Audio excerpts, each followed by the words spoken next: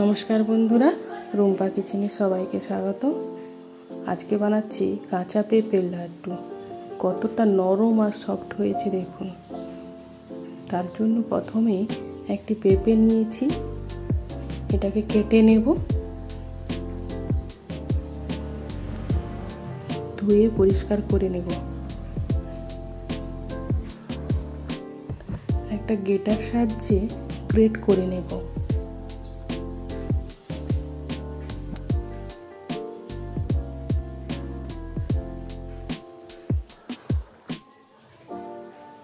এবার বাটিতে করে মেপে নেব। জল দিয়ে সেদ্ধ করে নেব।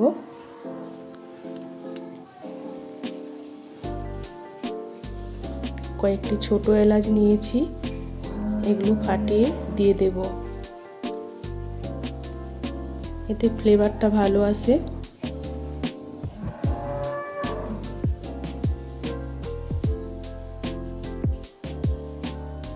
ঢাকা দিয়ে দেব, চটপট সিদ্ধ হয়ে যাবে। 50% সেদ্ধ হয়ে গেলেই এটাকে তুলে নেব। 50% সেদ্ধ হয়ে গেছে, এবার তুলে নিচ্ছি। একটা ছেঁকনির সাহায্যে এটাকে চেপে চেপে ছেঁকে নেব।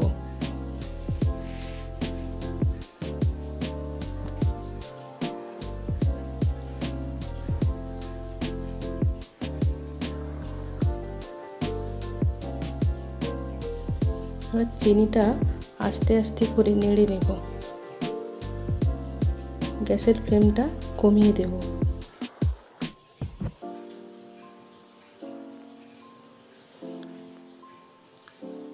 পেঁপেটা ঢেলে দেব।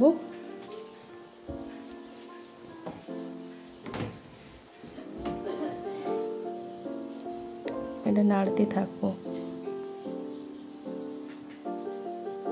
পেঁপের জলটা বেরিয়ে যাবে। এবার অনবরত নাড়তে থাকতে হবে।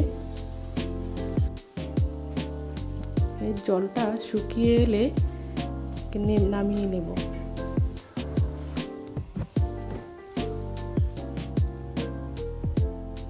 জলটা শুকিয়ে গেছে, এবার নামিয়ে নেব।